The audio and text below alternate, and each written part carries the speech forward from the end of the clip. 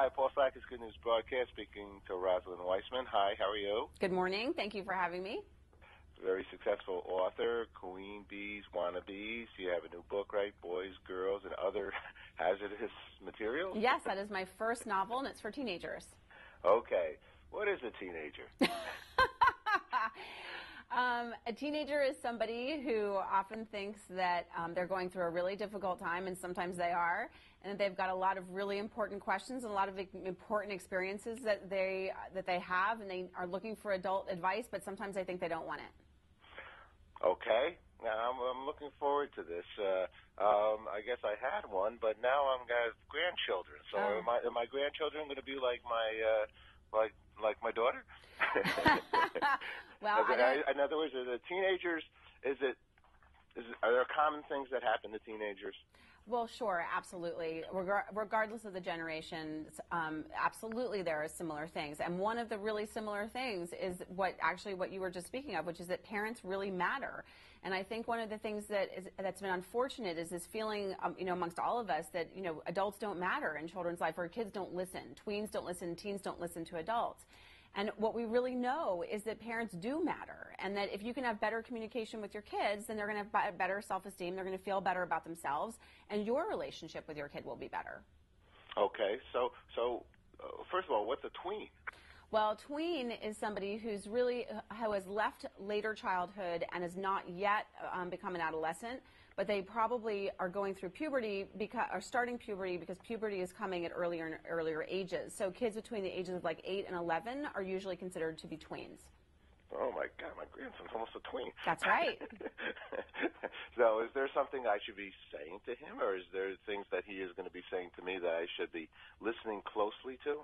Well, I think here's a couple of tips I think are really important. I mean, one is listening, obviously, but oftentimes, conversations, especially between parents and kids, can easily become control wars. And so one of the things I want people to really think about in listening to their kids is to not go into the fix-it mode and just let the kid be able to vent, and then ask them, do you need advice or are you venting? I think that's the first really important tip. Second is, I want parents to look for baby conversations, start-off conversations that are uncomfortable for the kids and sometimes for the parents.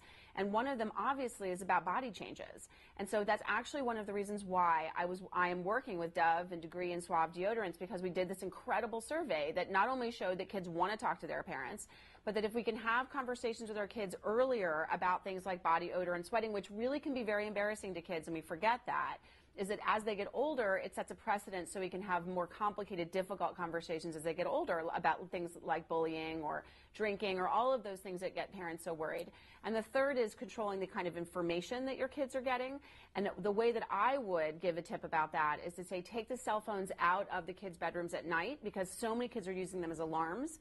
But the entire world, for better and for worse, can come through that phone. And so kids need a little bit of peace, and they need a little bit of space away from the relentless stream of information that we're all living in.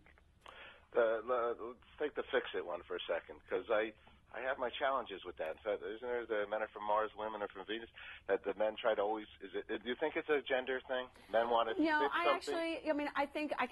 I see what you're saying, and I think men sometimes, yes, they want to fix it, but I also think when you come to a mom, and especially if it's a social problem, and kids having a social conflict, then the mom or the dad can get so upset about somebody being mean to their kid that they definitely go into fix-it mode of like, okay, here's the problem, we have to fix this problem right away.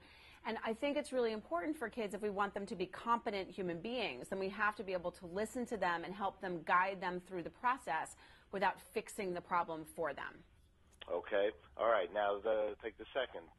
You mentioned deodorants, or you mentioned body, and so on and so forth. Is that something that is it casual? I mean, would anybody, if you feel that their body they're not taking care of themselves, you sort of do it casually, or how do you do that? How would you do that conversation? Sure, absolutely, and it's a good question, because I think really sometimes we forget what it's like to be this age, to be the age when you start thinking that your body's changing, but you're really uncomfortable about it, and you think you're the only person who's had this experience, and so you don't even know how to go into a drugstore and buy, or look at the things that you need to buy to take care of yourself.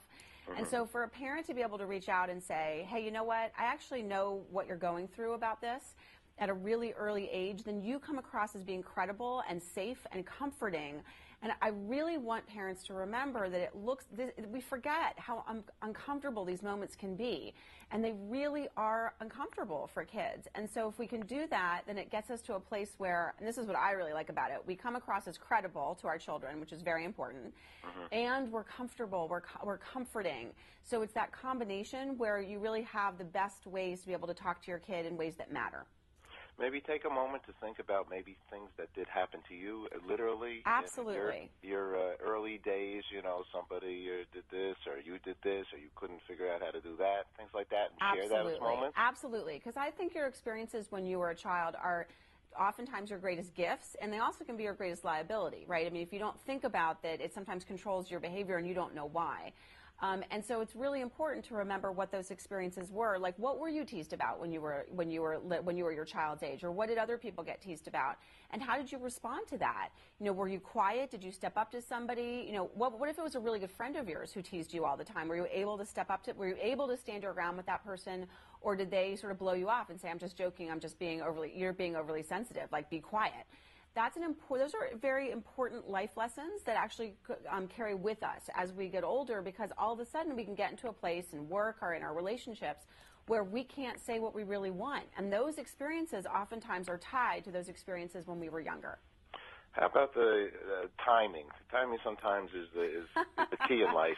Absolutely. You have a not that everybody has this. It's a nice thing that you have you eat dinner all together. Is this time to bring it up, or is this a time to, do private, conversations? How do you go about this? Definitely. Yeah, you're not going to be talking about like, oh, I see that you're going through puberty now at the dinner table, right? Because, I mean, how mortifying to your child. Oh, do we need to talk about deodorant? This would be so great. Let's go to the drugstore. I think what you do is, those moments when you're putting your kid to sleep, or, when they're young, right? And then they get older and you just come into their bedroom at night and things are quiet, and it's that quiet, calm part of the night. And it can be dark, and you sit at the foot of their bed, and maybe that's when you start talking to them. So it's because sometimes these conversations are so intolerable to the child that they don't want to actually look at you when you're having those conversations. So if you can sit there quietly and talk about this and say, hey, I'm not sure if this is going on with you, but I know that at 9 and 10 and 11, it's really normal for people to be sweating or feeling uncomfortable about their bodies. And so I'm going to give you some information about that's going to make you feel better, and is going to make you more informed about how to make good choices for yourself and take care of yourself better. That is exactly what parents need to be focusing on as their children come into their adolescence. We've done a bunch of interviews with Dove over the years, and especially when they have this campaign about body image and about women feeling good about themselves, and I want to commend them for that and for this, because I think it's extremely, extremely important. They're so positive. We love it at Good News. It's life-affirming. It's very good stuff. And that's exactly why I wanted to be a part of it. The Don'tFretTheSweat.com campaign is good because it gives resources to parents and kids, and I, as a professional person who loves working with families, I can be proud of being a part of it. And the website is Don'tFretTheSweat.com? That's right. All right, we'll link over there. Last question, what's good news for you? That my children were happy going to school today. Yay! You live in the moment, I got to feel. Absolutely. Thank you. Have a great day. Thank you very much. Thanks for sharing Good News. Bye-bye.